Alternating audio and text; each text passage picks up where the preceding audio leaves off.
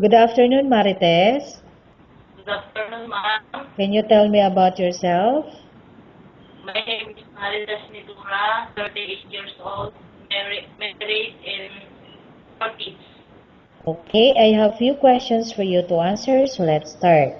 Why do you want to work as a maid? I want to work as a maid because I want to help my family and earn money for the future of my children. Okay, why you choose Malaysia when there's a lot of other country? I choose Malaysia because it is a good country and it's near in the Philippines. Okay, how are you qualified for this job? I am responsibility and hardworking, ma'am. Okay, may I know what is your educational level? I will graduate, ma'am. Okay, what is your recent experience? No, ma'am. I am full-time housewife, ma'am. Okay, have you worked abroad before? No, ma'am. Do you have experience of taking care of baby? Yes, ma'am. Whose baby you taking care of? My own kids, ma'am. Okay, how about elderly people? No, ma'am. Are you willing to take care of an elderly people? Yes, ma'am. Okay, do you have any other special skills? Yes, ma'am. Can you please tell me what are your special skills? Cleaning. Okay, are you willing to learn new skills? Yes, ma'am. Are you willing to work with the family where the mother-in-law or any relatives stay together? Yes, ma'am.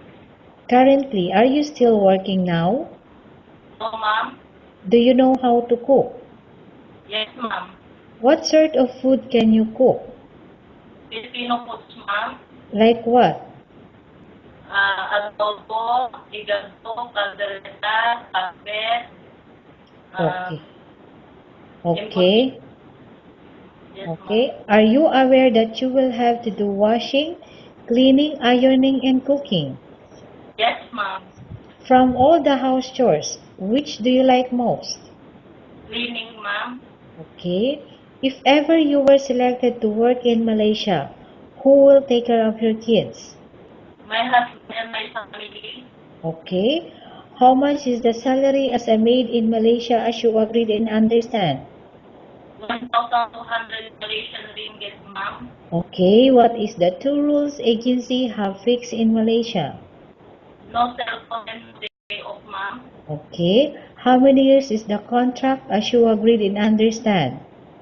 2 years, ma'am. Okay. Can you describe for me your ethics?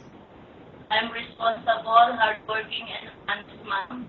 Okay. How can you assure to us that you will work hard in Malaysia? Yes, ma'am.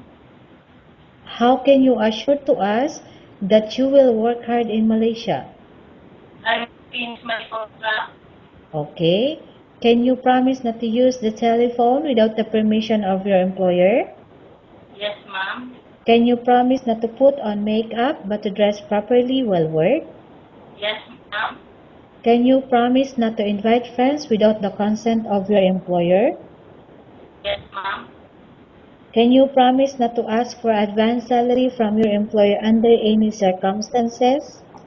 Yes, ma'am. Do you really understand of the rules and regulations of the agency? Yes, ma'am. Do you pay any placement fee for you to come to Malaysia to work as a maid? No, ma'am. Do you have any history of sickness, example breast cancer or any other illness? No, ma'am. Do you suffer from any skin diseases, allergy or physical defect? No, ma'am. Have you suffered from any serious illness? No, ma'am. Have you undergone any operation? No, ma'am. Are you medically fit? Yes, ma'am. Are you on any medication? No, ma'am. Are you allergic with any food? No, ma'am.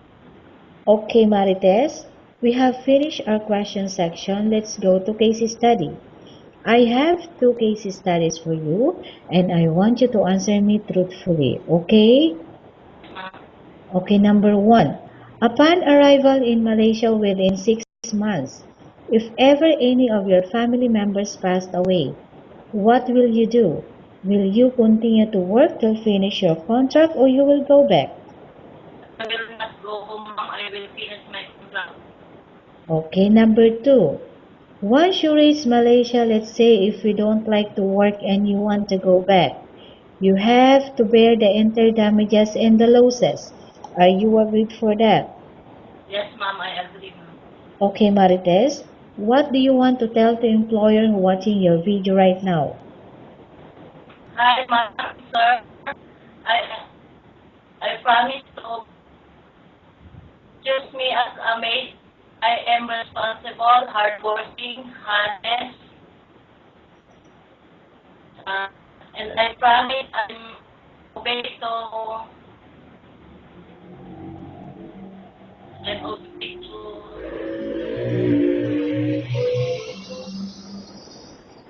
Okay? Okay, thank you very much, Marites. We will update to your agency if there's any selection made by the employer.